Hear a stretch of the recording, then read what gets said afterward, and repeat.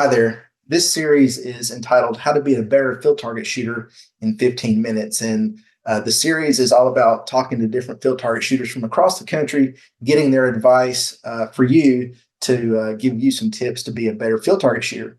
Well, tonight we're going to be talking about choosing a pellet and choosing a scope for your rifle. And we're going to be talking to Lauren Parsons. Now, Lauren is a WFTF shooter who lives in Arizona. Originally, she was from South Africa, and she's been shooting field targets since the age of 7. And she shot her first international competition in 2003. She was 8 years old. She's a 3-time ladies world field target champion. She won that in 2015, 2022, and 23. She's also she was a U.S. Grand Prix champion in 2020, and she's a 5-time Arizona state champion. She also competes for Team USA, and she's done that since 2019, and she'll be on the 2024 team this year. So we're going to talk to Lauren now about choosing a pellet and choosing a scope. So hello, Lauren. How are you doing today? Hey, good thanks to you, Philip. I'm good. I'm good. I appreciate you joining us this afternoon to talk about choosing a pellet and choosing a scope, and appreciate you taking the time. You know, one of the questions that gets asked more than almost anything else on the forums or in person, somebody's got a new rifle and they're like, okay, what pellet should I use in this gun? What's an accurate pellet? So I know you have all the answers. So what is the magical pellet that works in all rifles? I wish there was one magical pellet that worked in all rifles. Unfortunately, there isn't one. What I will say is probably more times than not, if it is something like a 177, you're using it for field target or you're using it for some form of accuracy, a diabolo shaped or a round nose pellet is going to be one of your better choices. Choosing a pellet is really, it seems very daunting and it seems very scary. It's not that bad. What I recommend is listen to what other people have to say. A lot of people have gone down this rabbit hole before and see what they offer and what they recommend. A lot of times, manufacturer will give you some recommendations. A 12 foot-pound gun, it's going to do better with, anywhere from an express from a 7.9 grain to a 10.34 grain. Something like a 13 grain and 12 foot-pound is just not going to be accurate because it's just too heavy. Yeah. So those are going to be some of your limitations. When choosing an accurate pellet, I would recommend if you just bought a gun and you have no baseline to work off of or anything like that, I recommend grabbing a sample pack of a couple of different brands. That way you have a small sampling of pellets and you don't end up with a bunch of pellets that you're just not going to use. Right. So that way you can just take a couple there, see which one performs the best, and go from there. Yeah, that's good advice. Whenever I first started shooting field target, I didn't know what I was doing at all. And I went online somewhere and bought some assortment box of all these different manufacturers, different weights. And, I ended up only using like a couple, there was a couple that was, the better ones. So, but at least I had a sample of different pellets. So I do agree with you though, getting a sample pack of a couple of different manufacturers. Now, why do you think that, okay, so I have a friend, I shoot a Red Wolf. I have a friend who also shoots a Red Wolf. His rifle likes one weight of pellet and my rifle likes another weight of pellet. Why is that? Well, I could give you maybe a more scientific answer, but I feel like Airguns just try to mess with us sometimes and they try to be finicky in that way. It's kind of like a car that no two cars are the same. The one will give you great gas mileage and the other one will just not give you as good gas mileage. They all have movable parts inside. So sometimes those movable parts work a little bit differently with each other. And then the barrel is kind of like a fingerprint, it still gets mechanically done and it's still a very scientific process and a very in-tuned process. Almost like an art a little bit. So sometimes they're not quite the same. You might get a better shooting barrel or a worse shooting barrel, but they're from the same exact company and they have the same exact profile. That would be the reason for something like that. So they're just a little bit different. Yeah, and it can even come down to maybe my rifle is shooting a slightly different speed than another rifle. I literally believe that, say, my rifle was built on a Wednesday and his rifle was built on a Thursday, or his was made by Bob and mine was made by somebody else.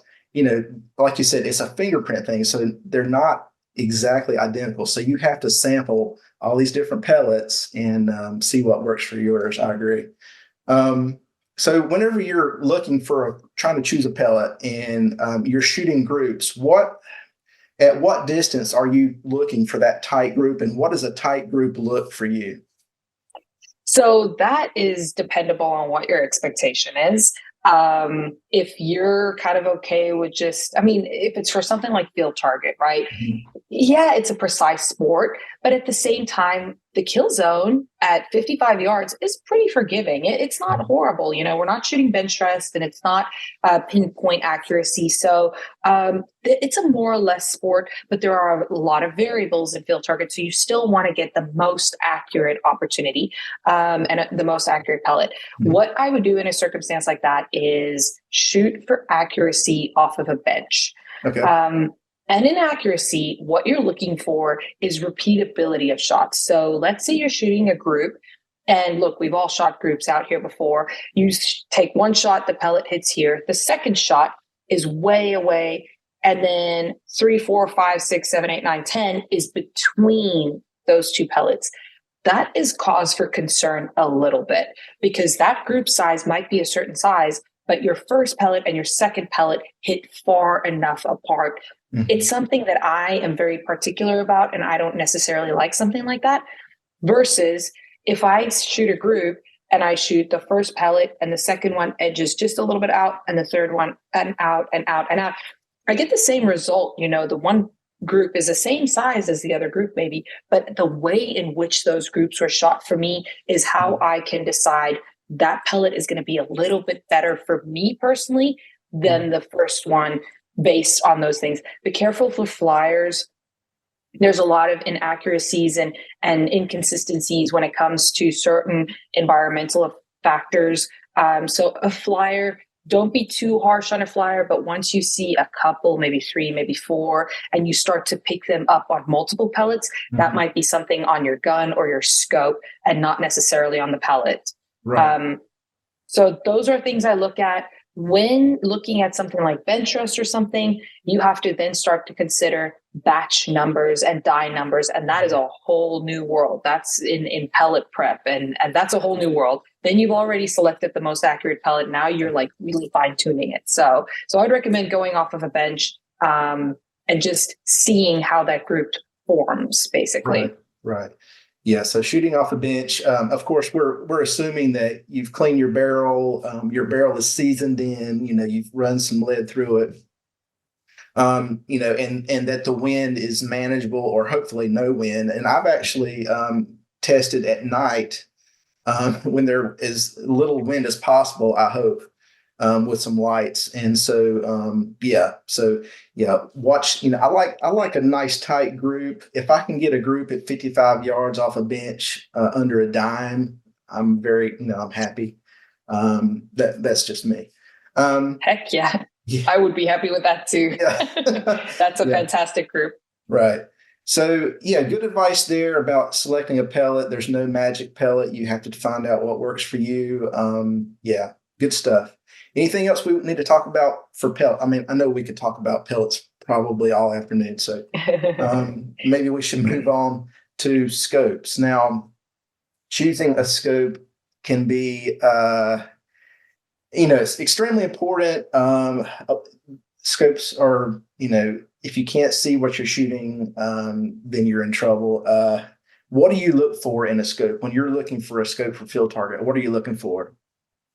First thing is I'm deciding what type of field target I want to shoot. Do I want to shoot WFTF class? Do I want to shoot hunter class, or do I want to shoot open class? So WFTF doesn't have a limit on power, whereas hunter does. Yeah. When I'm looking for a scope for hunter class, for instance, I have to make sure that the scope focuses at least to 16 power, and it has a written 16 on that magnification, because that is actually a requirement in AFTA.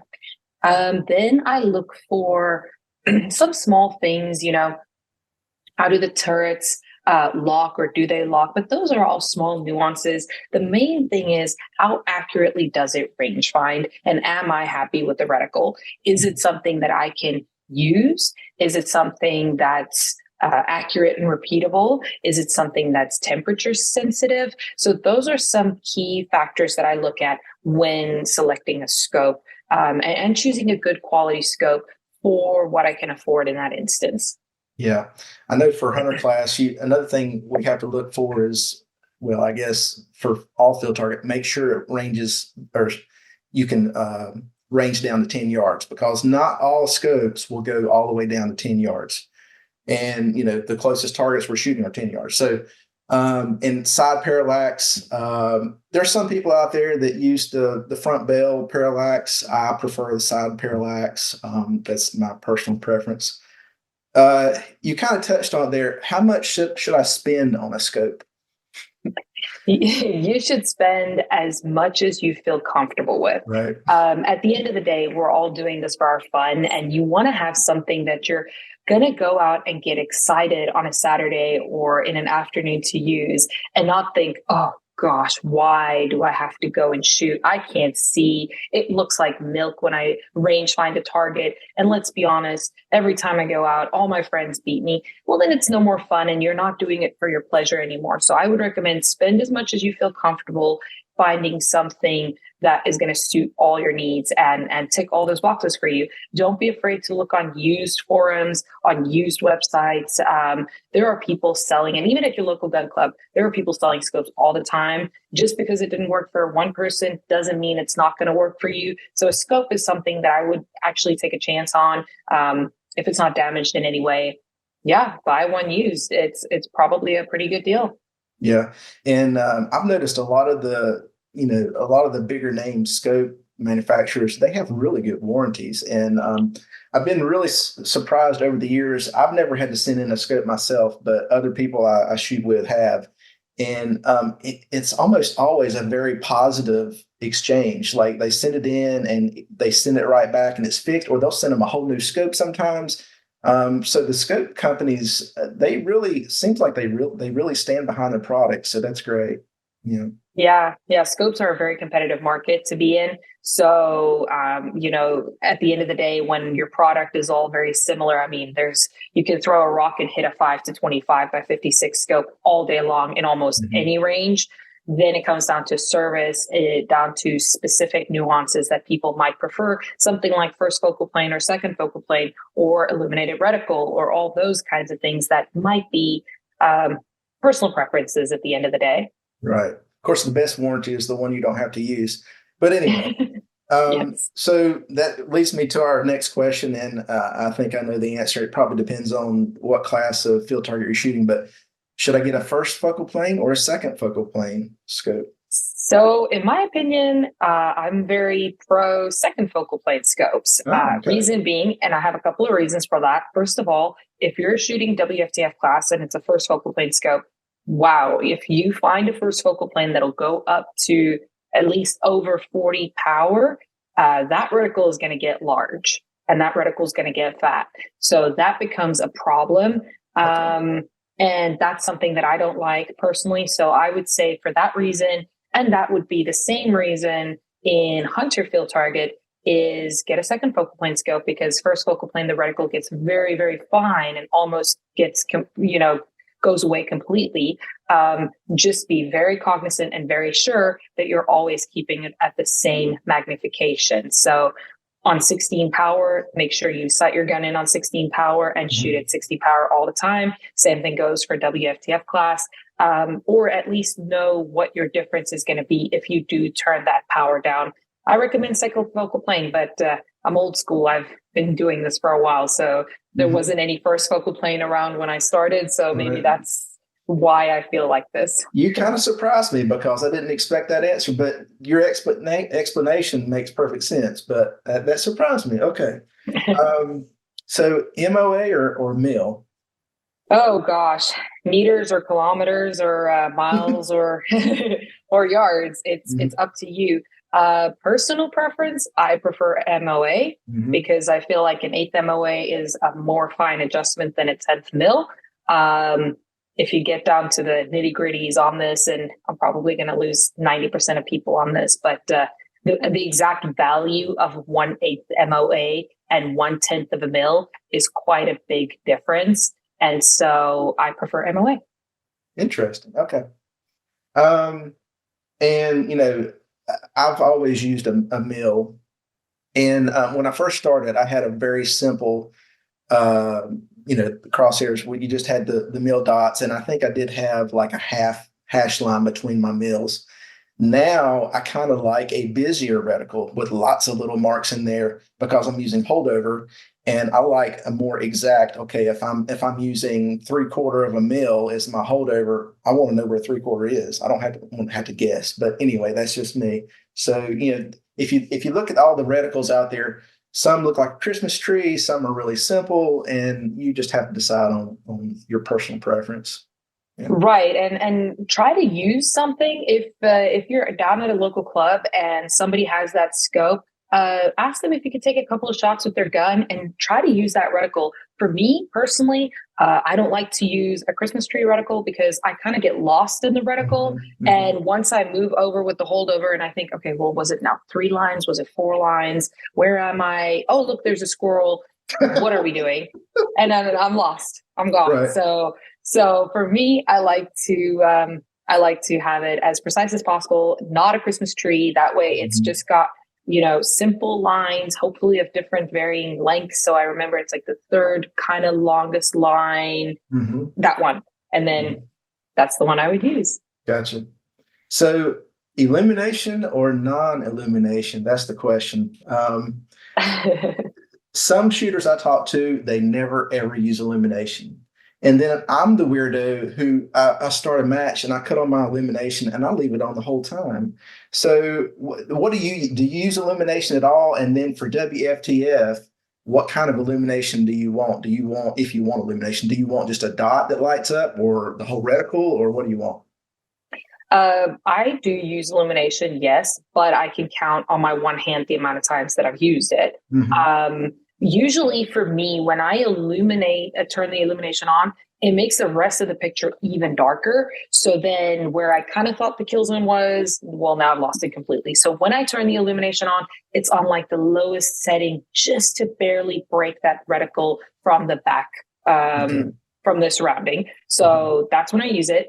I do prefer the entire reticle lit up because there's always wind. In 12 foot-pound, there's always wind. Yeah. So I still want to have the ability to aim out. I use my reticle to aim rather than the target. There's a different way of thinking in field target. And it's more of an approach thing, is the glass half empty or half full kind of thing. Do you aim 3 mil dots over, or did you aim on the reducer hole of the target?